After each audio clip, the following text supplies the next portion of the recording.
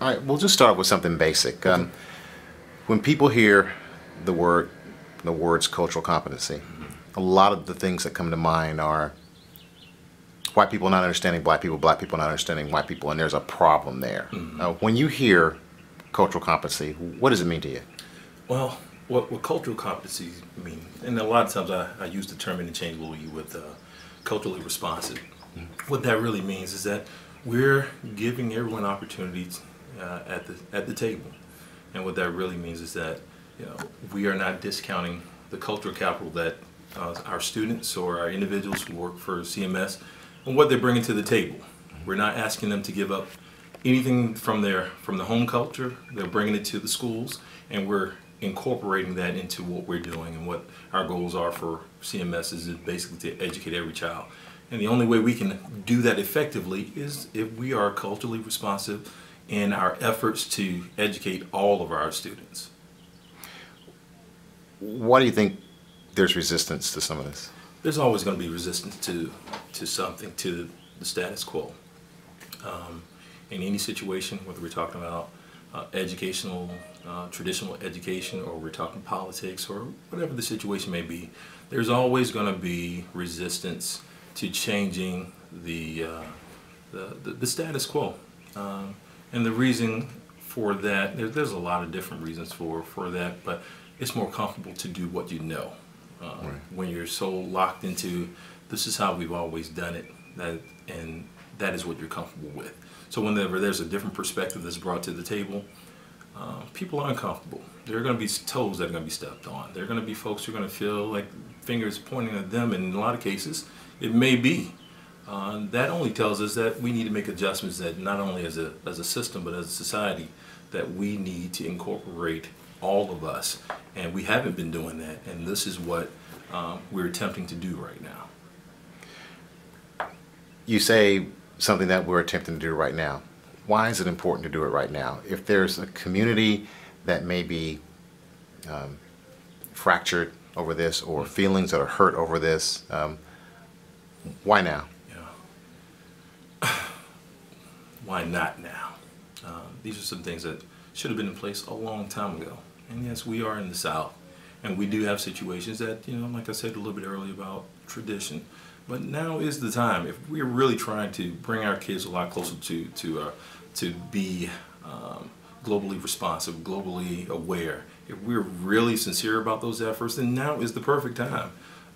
We always talk about how the world is getting smaller, and it really is, but we're not doing anything in response to ensure that our kids are prepared for this world that is right there on top of them right now. So if we're not doing anything, then we're at fault. So right now is the perfect time, because if we wait any longer, then our kids will be behind, our society will be behind. So now is the perfect time.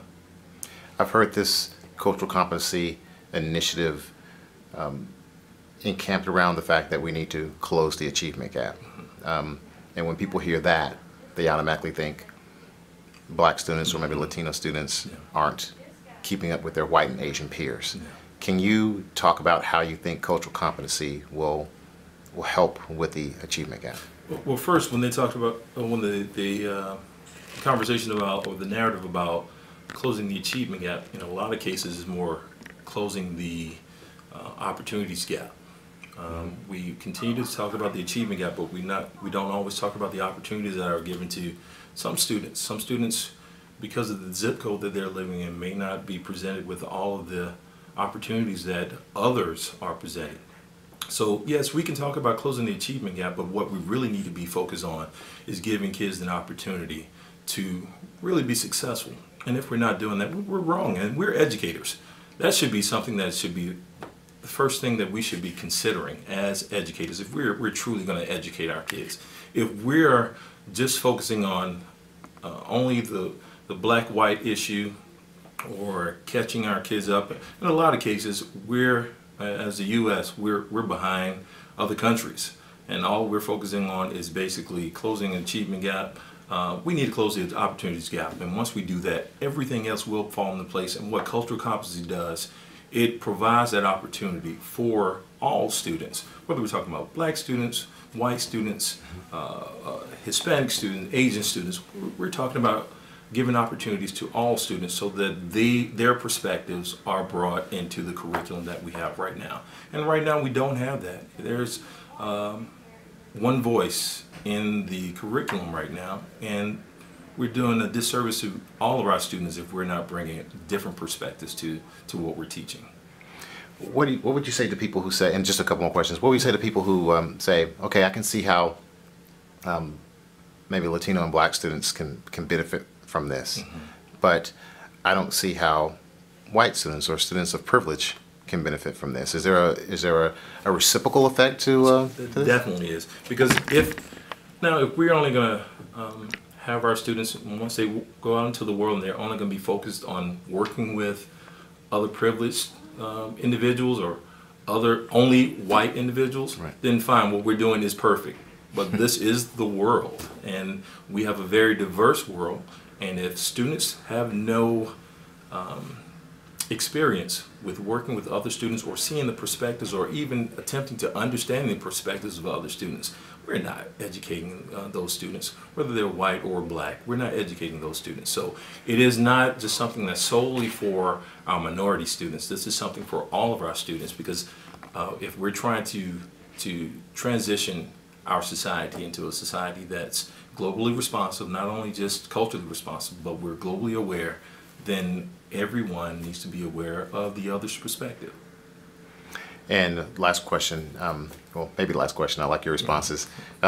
When this all came about and Mr. Singleton's name was associated with it, that may be where a lot of derision came from people maybe in the public not knowing what this is all about and being kind of fearful of it. And it kind of took a look at this one person's point of view, kind of took a look at how white teachers teach African American students or non-white students.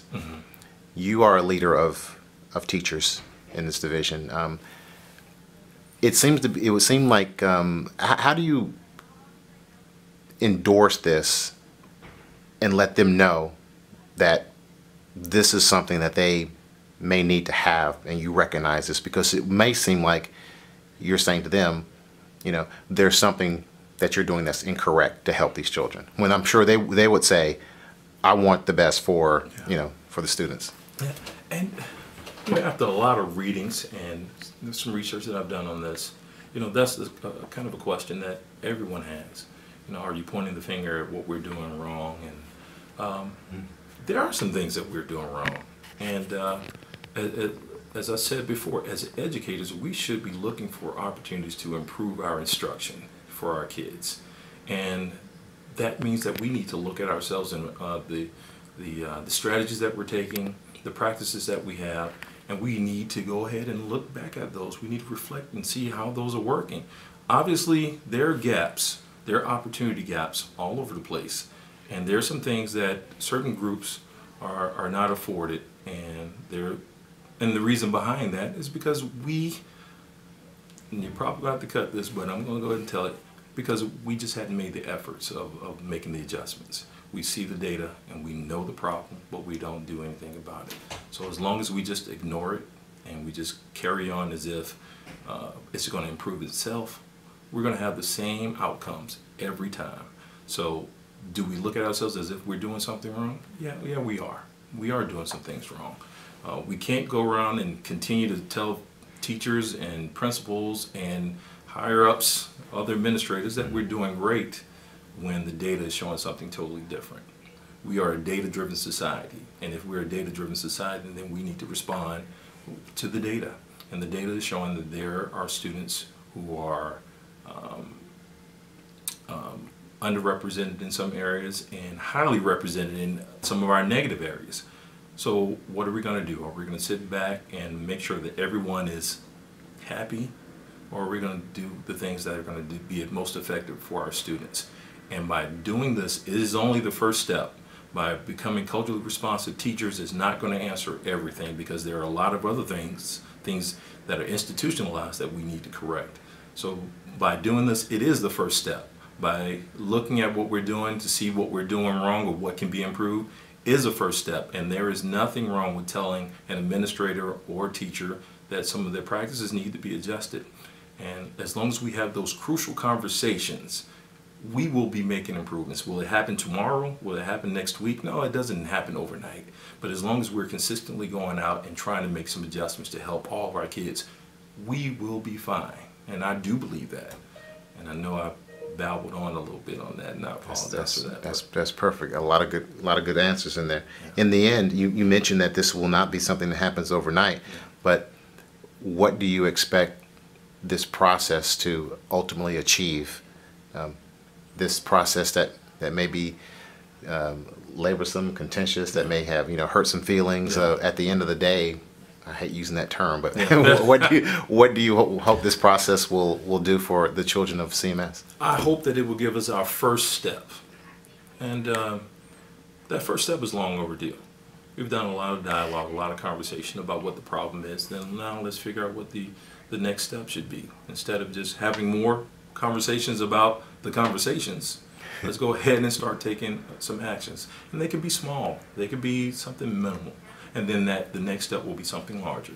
But as long as we just continue to talk and continue to point out some things, some articles here and there, as long as we're doing those things, it won't happen. And I'm confident that CMS will respond to the needs of our kids. I am. We're a very large system, but we're a very progressive system. And will we respond to the needs of our kids? I do believe that we will, but we have to take that first step.